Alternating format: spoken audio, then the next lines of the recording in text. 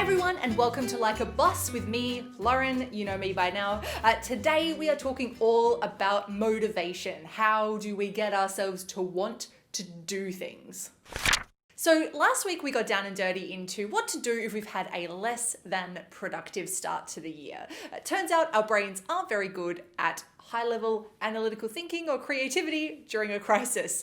We also talked about what to do with some of the guilt that we might be carrying around because of that.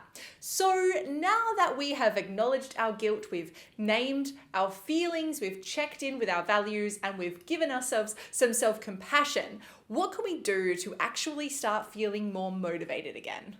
But first, what is motivation? I think a lot of us think we know what motivation is, and people certainly have written a lot of books about it. Just check out the self-help section at your local Dimmicks. But I think there's a lot of misconceptions around where motivation comes from and how we can engage with it. Basically, motivation is the desire to put processes into motion that will help us achieve our goals. And it's generally accepted that there's two kinds of motivation. We have extrinsic or external motivation and intrinsic or internal motivation. Extrinsic motivation is when we do something for some sort of external reward or to avoid punishment or negative consequences. So you do an assignment because you want to pass your topic, or you go to the dentist because you don't want your teeth to rot out of your mouth. Intrinsic motivation, however, is motivation that comes from within us. It's the activities that we do because we find some sort of genuine joy or sense of personal satisfaction from them.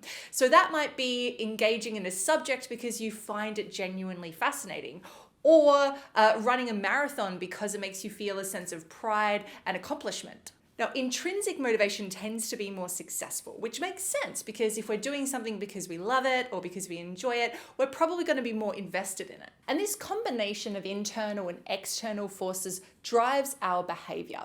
But knowing that doesn't necessarily mean that it's easy then to actually still feel motivated to do something, even if we have consequences hanging over our heads. So that's why I want to start by dispelling a couple of myths of motivation. The first one is inspiration. Some of you might be familiar with the mythological Greek figures of the Muses, these 9 goddesses of inspiration. The Greeks believed that the desire to be creative came from outside of themselves, and so they called upon the Muses to gift them with creative inspiration. Unfortunately, the Muses aren't real. And the concept of inspiration is kind of flighty. Once in a while, we might be fortunate enough to be kind of struck by inspiring lightning and get that drive to do something, but this is rare. And truthfully, when it does happen, it tends to be because we've already put some work into that project. Motivation doesn't come from inspiration. Motivation comes from doing. It's the same thing as motion and inertia, right? You can't expect a boulder to start moving from a stationary position. That's just not how physics works. But getting that boulder to start moving is hard. As the laws of inertia tell us, objects resist changes to velocity, which means they resist changes to their movement, in much the same way that many of us resist starting to do something. But once we give it that initial force, momentum starts building, and that small effort turns into something much, much bigger, and soon that boulder is rolling. Motivation is the same. Getting started is hard, and sometimes it does require that little bit of force or push. But once we get moving, momentum builds. Basically, action leads to action. In his memoir on writing, Stephen King writes, "Amateurs sit and wait for inspiration. The rest of us just get up and go to work." And to me, that pretty well sums up inspiration. A close cousin of the myth of inspiration is the problem of willpower. Willpower really is our ability to regulate ourselves and manage our impulses, our emotions, and our behaviors. It's what allows us to resist short-term temptations in view of a larger goal. The problem is that many of us believe that willpower, much like inspiration, is like this external force, something we don't have much control over.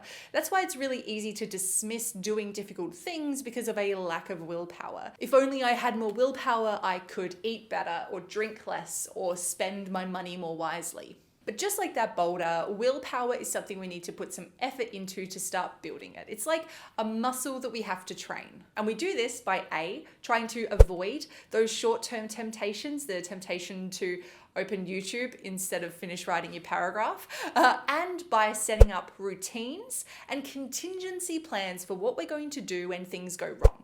So let's say that you want to start training for a 5K, but you feel like you lack the willpower to do it. So you need to set up a routine. Say you're going to go out every second day at 4 p.m. to go for that run.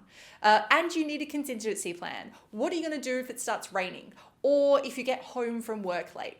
Having these in place will help keep you on track. Just like when we start exercising though, we might feel some initial discomfort when we start trying to train our willpower muscles. But as we do these activities more and more, it gets easier. Those muscles become stronger. And it's not just that the willpower becomes stronger for that particular activity. A study outside of Macquarie University showed that for participants who were exercising willpower to engage in regular physical activity, had an increased ability to use their willpower in other situations in their lives. Okay, so what are some actual motivation strategies that we can use? The first one is goal setting. And I know I've talked about this a lot, but it's because it's super important. We need to know what our big picture goal is. Like, what is the thing that's driving us intrinsically? And then what are the goals that are related to that? Because that's going to help us remember why we're doing what we're doing. Remember why that case study that we have to write, which probably doesn't feel like something you're particularly intrinsically motivated to do, is actually linked to something that maybe is intrinsically motivating, like graduating from university or starting a career or contributing to your community. And actually, Dr. Gareth Ferber and I have been working on a series designed to help you up your productivity and improve your performance. And the first in that series is all about goal setting. So I highly recommend that you check that out. I've linked it in the blog.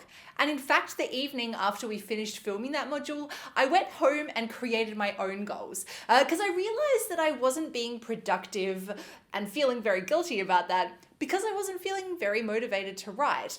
So I took my big picture goal, my goal of finishing my manuscript, and I broke it down into some smart goals, some achievable, time-bound, reasonable goals. And so for the last 2 weeks, I've been getting up an hour earlier in the morning to write. And look, it's been hard.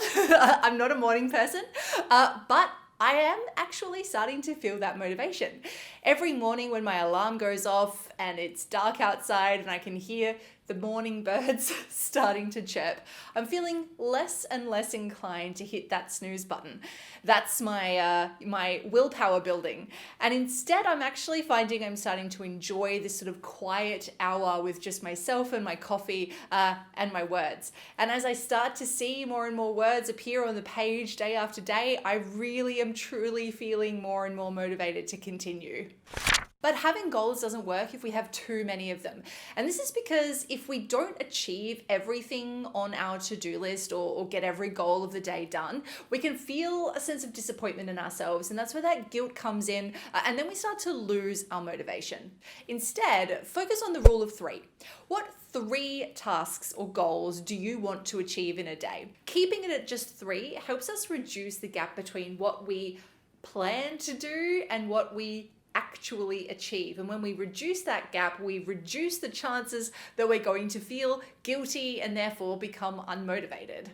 It also means that when you achieve those goals, you should celebrate because motivation is very closely tied to a sense of achievement and accomplishment.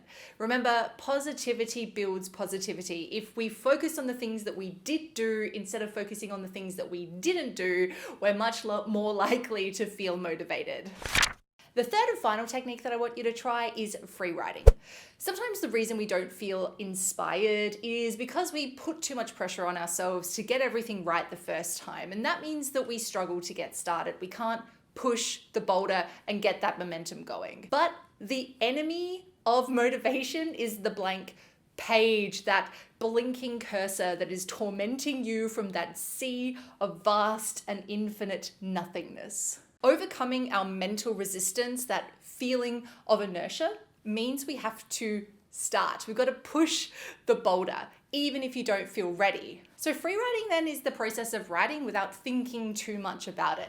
It's about shutting up your inner critic, the you who sits on your shoulder and tells you that you don't know enough yet, or that your sentences aren't complex enough, or you need to go away and do a bunch of more research because you are a fraud. When we do shut up this critic, we can become much more easily immersed in what we're doing, immersed in our thoughts and our knowledge, and we can access ideas that we didn't even know that we had. And if we're really lucky, we might even enter a state of flow.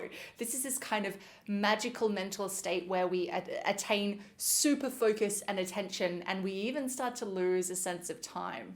Free writing is easy. All you need to do is sit down and start hammering away at those keys and don't stop. But make sure you give yourself a topic, something that you want to write about. Maybe it's a topic that you're writing for an essay, or something you're brainstorming, or you can give yourself a prompt and set a timer.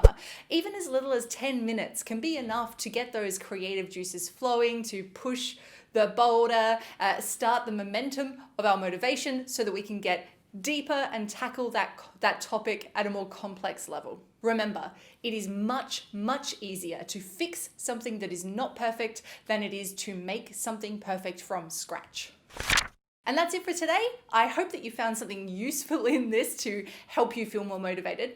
Remember to check out the goal setting module that I've done with Gareth. I've linked to that in the blog, as well as some other resources that I hope you might find useful. Gareth and I also have a module on procrastination coming up, which is very closely tied with motivation, so keep an eye out for that one.